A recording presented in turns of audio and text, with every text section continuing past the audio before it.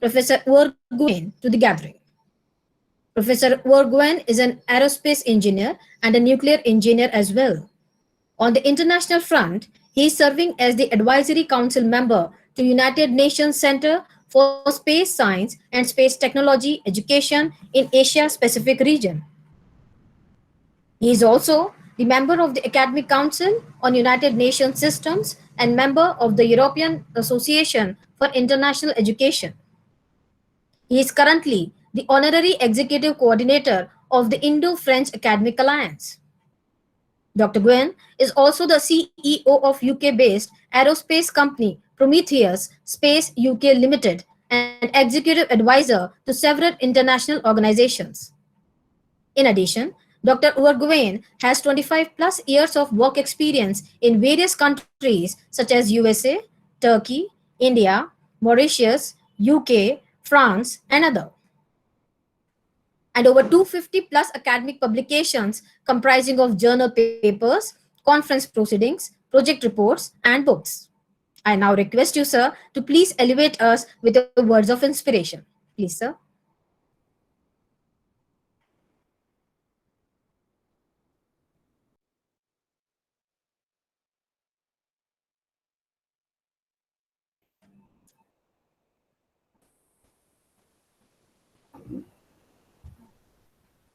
Sir, you have to unmute your mic. So kindly unmute your mic, sir. Sorry. So I would like to thank your esteemed university to invite me to this particular conference. I thank the conference organizers and the Vice Chancellor, Chancellor, and all the other esteemed dignitaries for inviting me to speak at this particular conference. So as you're all aware, and especially I want to say this for the benefit of the students who may be listening to us, the COVID-19 pandemic has changed the structure or the foundation of the world in a very profound way. I mean, imagine 2 years ago, we woke up to a very different world, which was very, very different. We could travel all we want. We could have interactions on a person very easily. Business was conducted globally very easily. And all of a sudden, the pandemic came, and now the world, which have become truly global, now again became partitioned. Now every nation has closed its borders. I know, for example, for a fact that India hasn't opened full international travel for more than a year. And many other countries have also done the same. So it has made everything become much more difficult in terms of business, in terms of education, in terms of daily activities. Especially when we look at the education sector, almost every university in the world, not just in India, but in UK, in USA, in Japan, and many other countries have gone on to digital education or hybrid education when the COVID situation allows. So I believe it was the Vice Chancellor who said that there are students who have not even seen your campus for the last academic year because it was all being done online. But this is the case all across the world. This is something that the COVID has made mandatory for all of us.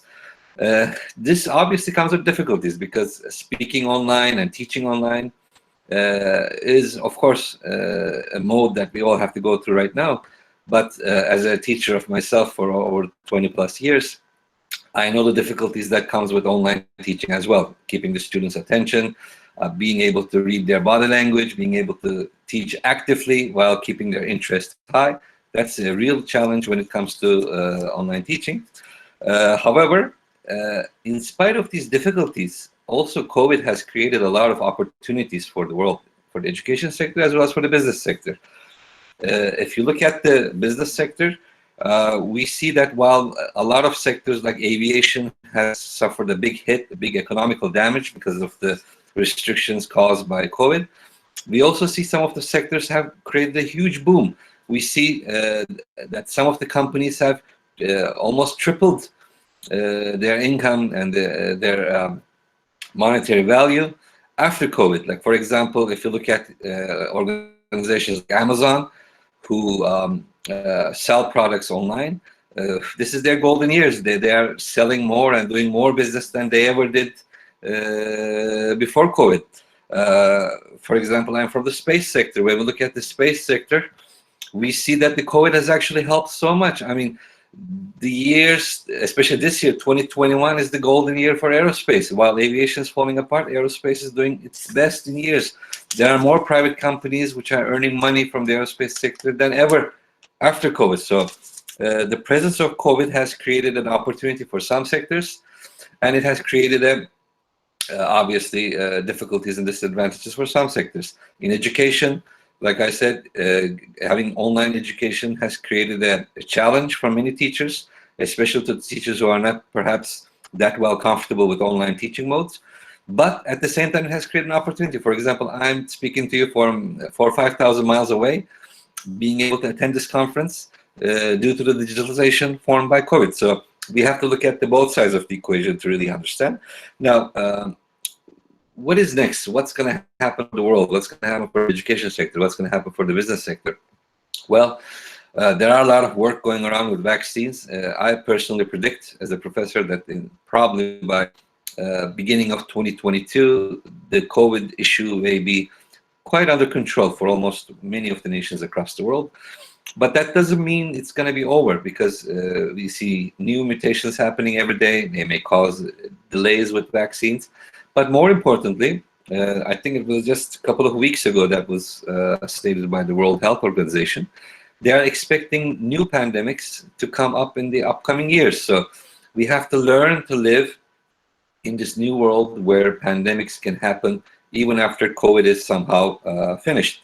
So what do we have to do, or what do the students have to do to prepare themselves for this post-COVID world, or this new paradigm shift that's happening all across the world? Well, first of all, there's a concept that's being talked about in the world called stack degrees. What is a stack degree? Instead of the traditional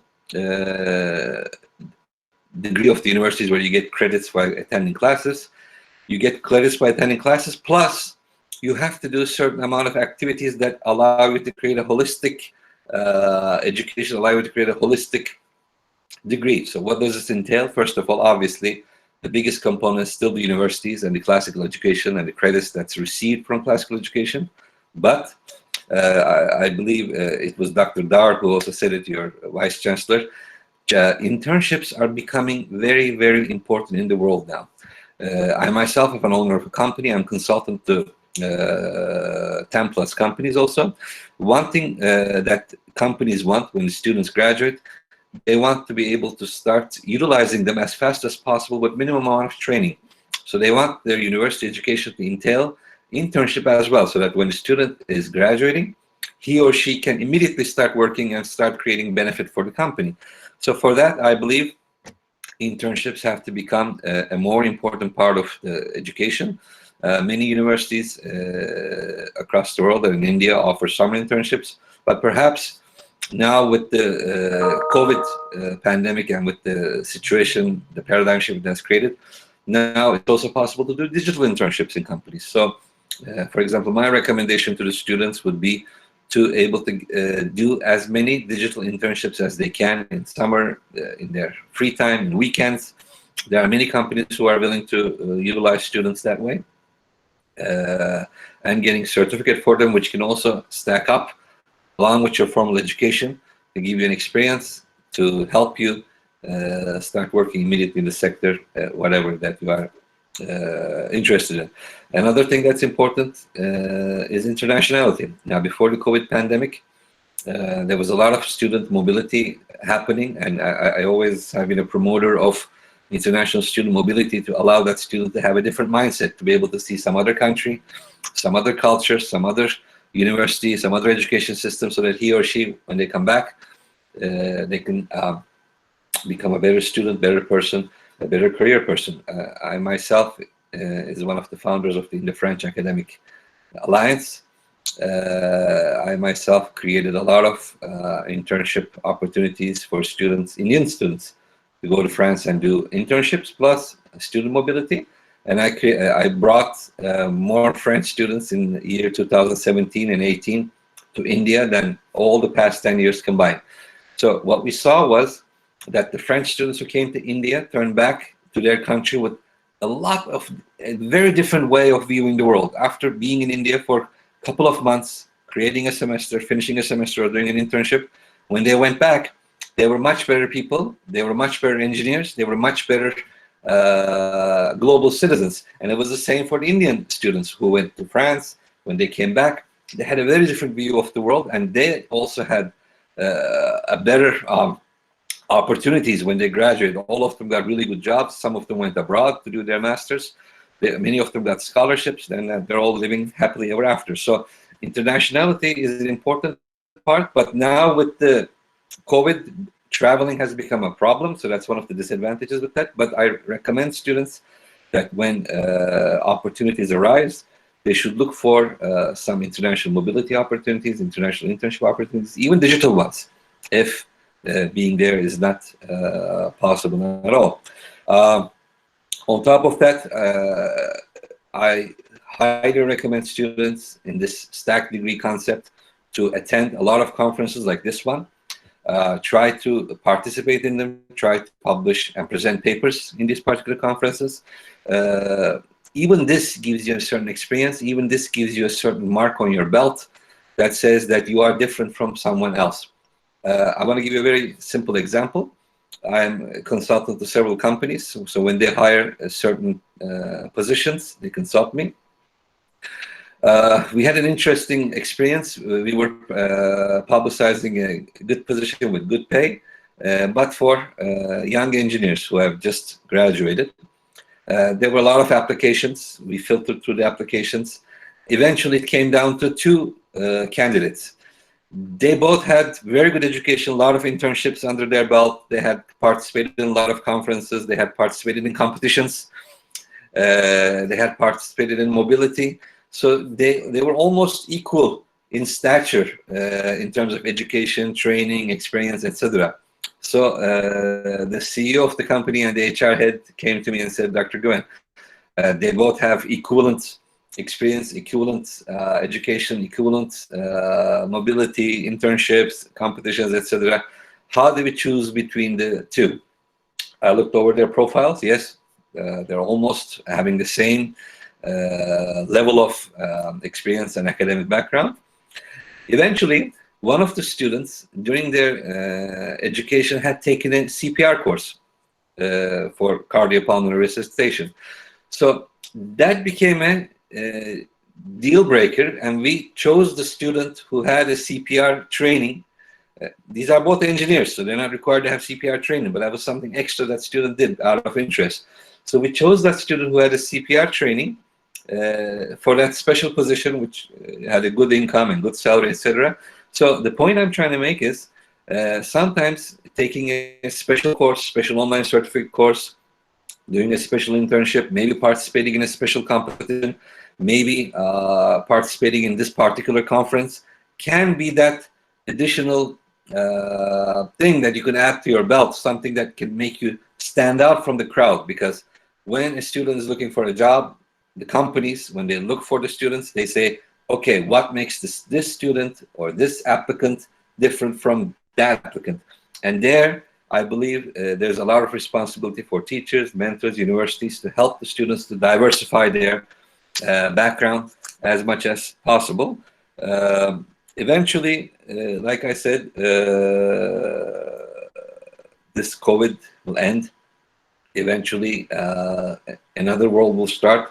Maybe this world will have other pandemics, maybe not COVID, but some other pandemics. But students now have to see this paradigm shift, and they have to try to get this holistic education. And like I said, I completely agree with Dr. Dar, your Vice Chancellor. Internships are perhaps the second most important component after the academic education, and I recommend students to get as many as possible. Even PG internships, after they graduate, they can apply to companies 6 months, 10 months, 12 months, and work before they actually start their actual work experience. I myself have provided internships to many students in the past. It helps a lot. Attend conferences, attend competitions, attend all kinds of activities, and try to create a very good CV that puts all of them together. I have one last recommendation to students, especially if you're looking for jobs abroad after graduation. Please create your CV in the Europass CV format, which is the formal CV of the European Union, but it's valid all across the world. and try to stack up your experiences, your knowledge, your skills, your activities, your participations in the CV, so that you have your place in the post-COVID world. That's all I want to say, because I don't want to take too much of your time. I know in India it's almost 12:30. And I again thank all of you for having me in this particular conference. And I thank the students and my colleagues who are listening. Thank you. Thank you so much, sir, for showing a brighter side of the pandemic